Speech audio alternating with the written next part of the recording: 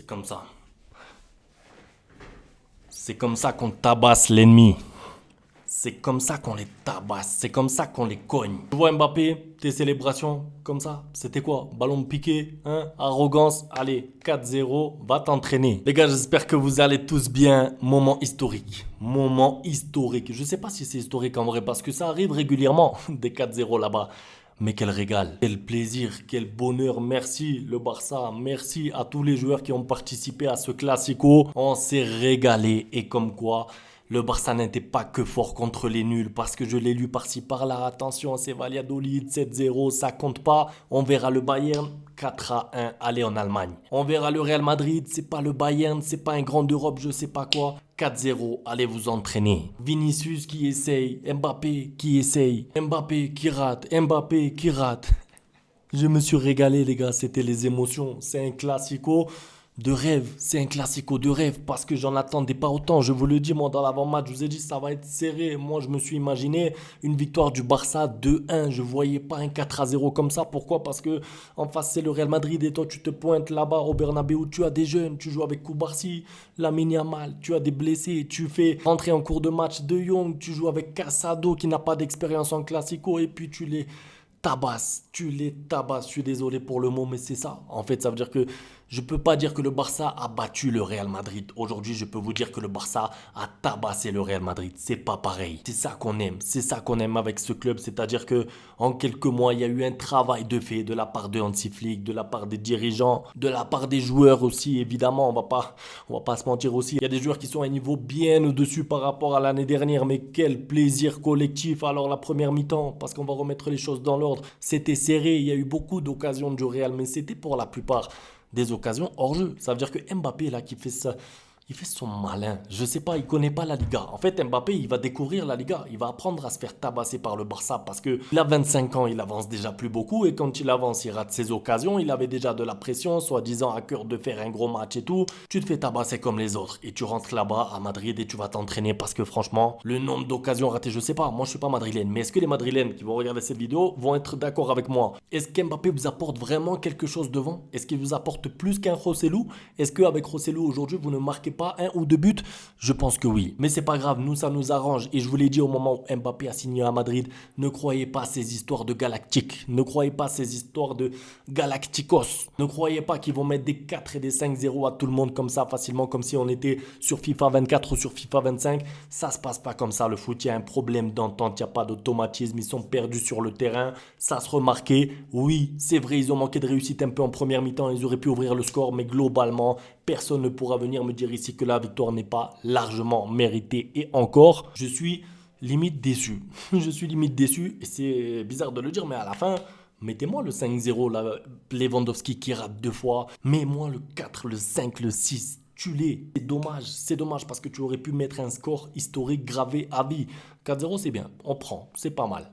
C'est le mec qui... Je commence à abuser, je m'habitue. Je m'habitue vite aux bonnes choses, les gars. Non, plus sérieusement et avec un petit peu plus d'humilité, c'est un classico, c'est une démonstration. Parce que même les changements, je suis désolé, les changements, le travail d'Hansi Flick, c'est là aussi qu'il faut du courage pour sortir un joueur à la mi-temps. Il faut du courage pour sortir Fermin Lopez qui n'était pas dans son match. Moi, j'ai vu que Fermin Lopez n'était pas dans son match. C'est pas de sa faute, ça arrive, il n'y a pas de problème. Mais va me trouver un entraîneur qui te fait un changement à la mi-temps comme ça, qui est capable de changer le cours d'un classico parce que tu sais pas. Peut-être que si tu laisses Fermin Lopez 10 minutes de plus en deuxième mi-temps, peut-être que tu marques pas le premier but, peut-être que tu perds ensuite 1-0, c'est pas le même match. Faire le changement tout de suite, réagir vite, réagir à temps, on va pas se mentir ici, c'est l'une des premières qualités qu'a Hansi Flick, c'est-à-dire qu'il est jamais entêté, il est jamais têtu. Il a mis Fermin Lopez, il a préféré parce que Dani Olmo n'était pas encore prêt physiquement. Il a vu le problème, c'est un tacticien. Pour moi, Hansi Flick est sous-coté parce qu'il a vu le problème, il a corrigé de suite à la mi-temps, reprise, tiens, De Jong, et c'est plus le même match parce que De Jong, c'est pas le même joueur, c'est pas le même profil. Il t'apporte beaucoup plus de contrôle au milieu. Fermin Lopez, bon, moi je l'aime beaucoup, vous le savez, mais il a couru un petit peu partout, mais il courait dans le vide, il courait mal. En fait, il courait partout, mais il courait mal. De Jong t'apporte des choses immédiatement. Première mi-temps aussi, il faut le dire, Rafinha un petit peu invisible, Lamine Yamal un petit peu brouillon, Lewandowski on le voit pas. La deuxième mi-temps c'est pas la même. La deuxième mi-temps c'est un autre match. La deuxième mi-temps c'est des autres joueurs. Tu trouves Lewandowski, première occasion, la passe de Casado. Je sais même pas quoi vous dire sur la passe de Casado parce que si vous la revoyez 3 fois, 4 fois au ralenti, vous allez voir comment elle est dure à mettre dans la course. La bonne puissance, la bonne précision, plein pile dans la pelle avec Lewandowski pour pas qu'il soit au jeu. Ça veut dire qu'il y a eu le bon timing, il y a eu la bonne précision, il y a eu la bonne puissance.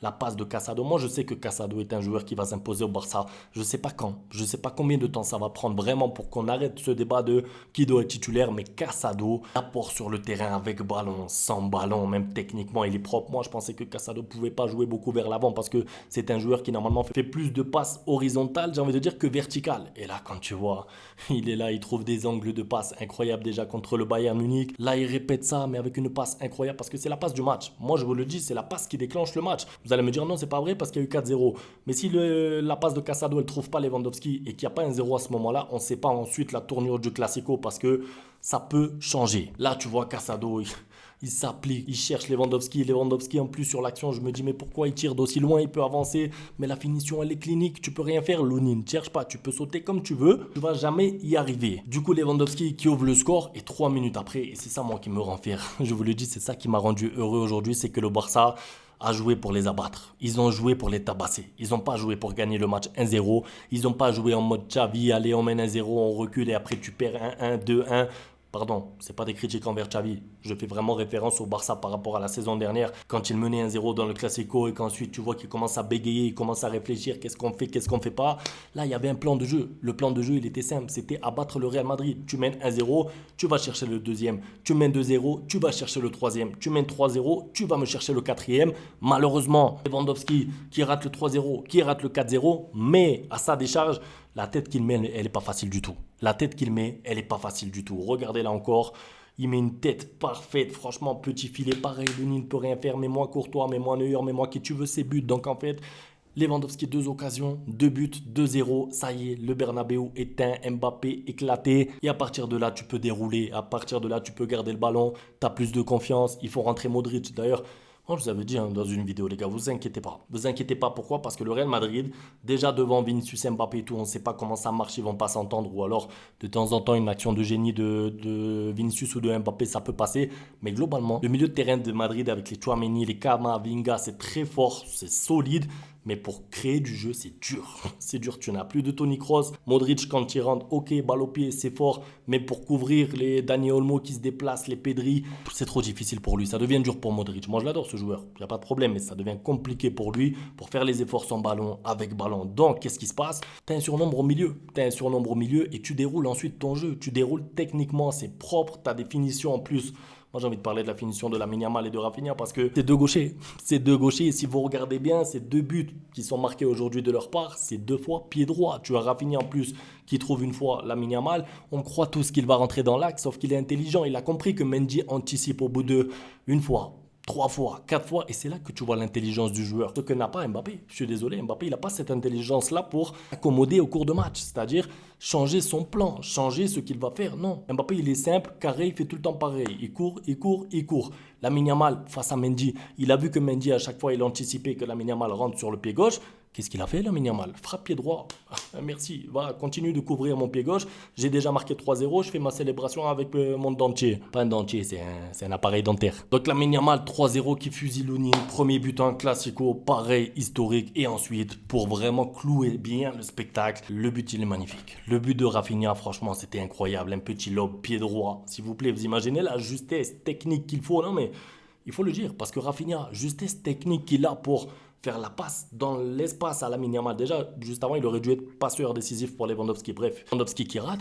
Mais ensuite, la finition, pied droit, il fait un lob parfait. Enfin, ça va vite, tu cogites, tu réfléchis. Non, finition parfait. Les joueurs du Real, ils ont taclé dans la cage. À quoi bon? En vain. Inutile. Sert à rien. 4-0 donc pour le Barça à ce moment-là. Et tu vois qu'ensuite, en fait, la fin du match, elle est anecdotique. Bien sûr, tu as quelques occasions par-ci par-là. Tu as Mbappé, en fait. Moi, ça m'a presque fait rire. Ça m'a presque fait de la peine de voir Mbappé, Vinicius tenter des dribbles individuel alors qu'il y avait 4-0. En fait, je vous le dis, j'avais presque honte. Ça veut dire que je me disais, mais qu'est-ce qu'ils font, tu vois, ça me faisait de la peine, c'était gênant. En fait, je vous le dis, c'était gênant. C'était un classico à la fin, à 4-0. Vous voyez Mbappé, il prend la balle, il essaye de dribbler 3 joueurs, il a un compte favorable, 2 comptes favorables. Tu peux pas passer comme ça. Ça veut dire que oui, tu peux passer par miracle de temps en temps, mais il y a 4-0, t'essayes même pas de trouver Vinicius. Et après, vous savez, on voit des photos sur les réseaux de Vinicius et Mbappé qui se font des câlins, qui se cherchent, qui se trouvent.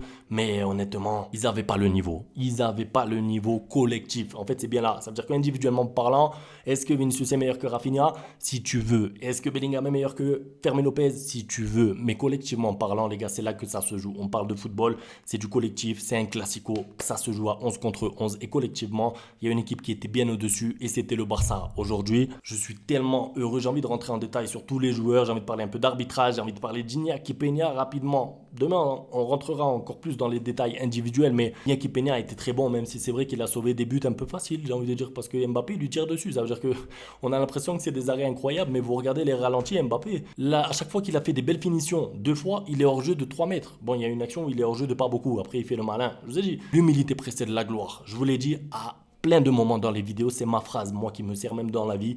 Messi, humilité, champion du monde. Ronaldo, arrogant, flop en fin de carrière. Mbappé, c'est pareil, l'arrogance, la célébration et tout, ça sert à rien. Attends au moins que ton but soit confirmé parce que tu es peut-être hors jeu, tu es puni derrière. Voilà, ça va rester à vie ça. Le geste c'était quoi? C'était un serpent comme Koundé, non? C'était balle piquée, je sais pas. Bref, puni 1-0, 2-0, 3-0, 4-0. Premier classico pour Mbappé, bienvenue en Liga. C'est tout pour la vidéo, en tout cas c'était un grand plaisir de la faire. Sachez-le, je suis euphorique, j'ai envie d'enchaîner les vidéos, je vous le dis.